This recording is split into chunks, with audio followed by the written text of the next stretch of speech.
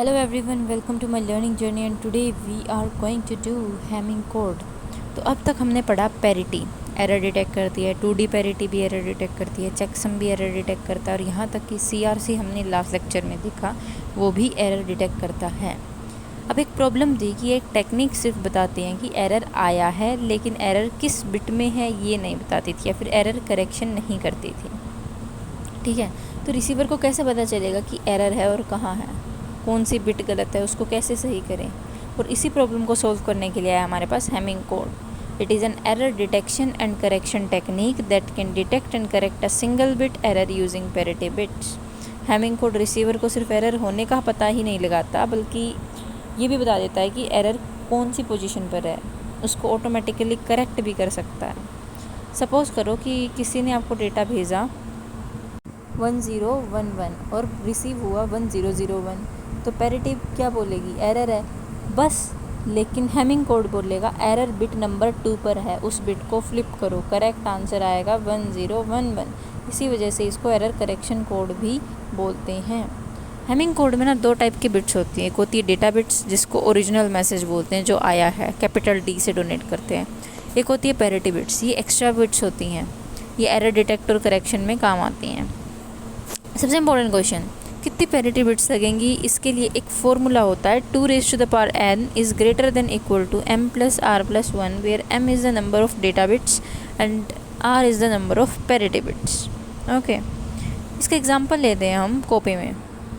हमें data bits दे रखी है 1011। मैंने क्या बोल रहा था, इसकी जो बिट्स होंगी वो m होगी, m यानी कि फिर ये कितनी होगी 4, क्योंकि इसके अंदर 4 बिट्स हैं। तो अब हमें r निकालना है। तो सबसे पहले हम r के लिए ट्राई करेंगे क्या हो सकता है। r की वैल्यू पुट करके देखते हैं। चलो 2 की पावर 2 क्या हो जाएगा 4, greater than equal to 4 plus 2 plus 1 6 plus 1 नहीं है ना। फिर हम r की वैल्यू पे जाएंगे 3, 2 की पावर 3 क्या होता है 8 is greater than equal to 4 plus 3 plus 1 मतलब 4 प्लस 4 8, तो लगभग आ गया ग्रेटर देन इक्वल टू 8 में। r की वैल्यू वही आ गई हमारे पास 3। इसका मतलब क्या हुआ कि आपके पास पैरिटी बिट कितनी होंगी, वो होंगी 3। तो ये ऐसे होता है सॉल्व। इसमें याद रखने की बात ये है कि हमें एग्ज़ाम में हमेशा ये ट्राई करना होता है 2 की जो पावर्स होती हैं, 2 की पावर 2 मतलब 2 की पावर 1 2 होती है, 2 की पावर 2 4 होती है, 2 की पावर 3 8 होती है, 2 की पावर 4 16 होती है, 2 की पावर 5 जो है 32 होती है। ये ट्राई करते जाना है, जो सेटिस्फाई करेगा वही आंसर होगा। डेटा और पैरिटी बिट्स की पोजीशन क्या होती है, ये बहुत इंपॉर्टेंट कंसेप्ट है। पैरिटी बिट्स हमेशा पावर ऑफ 2 पोजीशन पर होती हैं। जैसे फर्स्ट पोजीशन जो होता है वो क्या होता है 2 की पावर 0 विच इज़ 1, तो P1 जो है वो फर्स्ट पोजीशन पे होगा। फिर सेकंड पोजीशन में देखो 2 की पावर 1 इज़ 2, तो दैट इज़ P2 वहाँ पे होगा। अब 3 जो है वो 2 की किसी पावर का आंसर नहीं है, तो वहाँ पे डेटा बिट होगी, पैरिटी बिट नहीं होगी। फिर 4 जो है वो 2 की पावर 2 होता है, फिर वहाँ पे P4 आ जाएगा क्योंकि वो पैरिटी बिट हो गई। फिर 5 जो है वो किसी की 2 की पावर का कोई आउटपुट नहीं होता, तो वहाँ पे कुछ नहीं आएगा। फिर 6 जो है वो 2 की पावर का आउटपुट नहीं होता, वहाँ कुछ नहीं आएगा। 7 भी 2 की पावर का आउटपुट नहीं होता, तो वहाँ पे भी कुछ नहीं आएगा। ठीक है, बाकी 1 2 4 8 16 ये सब पैरिटी बिट्स होंगे, बाकी सब इसके अलावा जो बच गया वो डेटा बिट्स होंगे। ओके, एग्जाम्पल समझते हैं हम पूरा कि सेंडर साइड पे जाएगा कैसे, पैरिटी बिट कैसे निकालेंगे। ठीक है, और रिसीवर साइड हम नेक्स्ट लेक्चर में देखेंगे। ये डेटा था हमारा जिससे हमें पता चला कि m हमारा आ गया है 4, और हमने थोड़ी देर पहले देखा था कि इस कंडीशन में r हमारा आ रहा था 3। ठीक है, उसी को यूज़ कर रही हूँ मैं, दोबारा नहीं कर रही। अब मैंने क्या बोला था कि हम वो बनाएंगे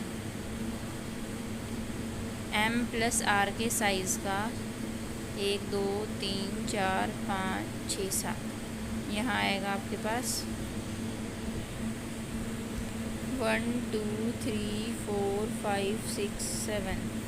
मैंने क्या बोला था 2 की पावर 0 है, 2 की पावर 1 है, 2 की पावर 2 है, 2 की पावर और कुछ नहीं है।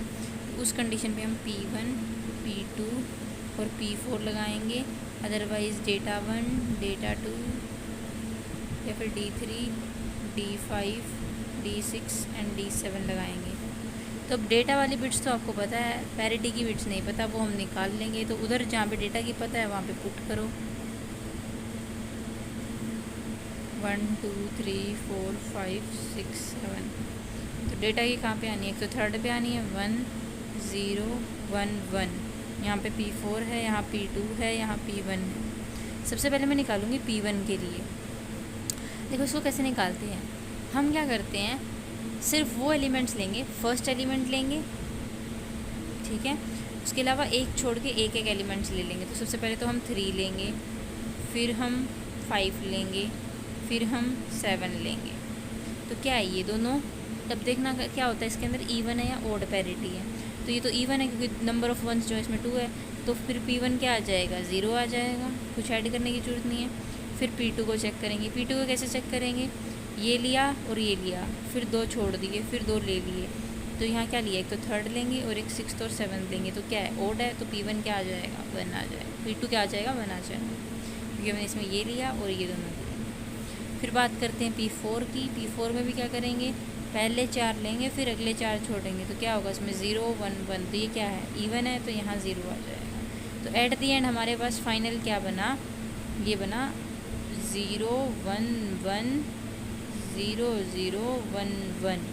This is the final data which the sender will send, and in the next lecture we will see what will happen on the receiver side. Okay, I hope आपको video अच्छी लगी तो लाइक कर देना, चैनल को subscribe कर देना। मिलते हैं नेक्स्ट वीडियो के अंदर, तब तक के लिए thank you so much, tata, bye bye.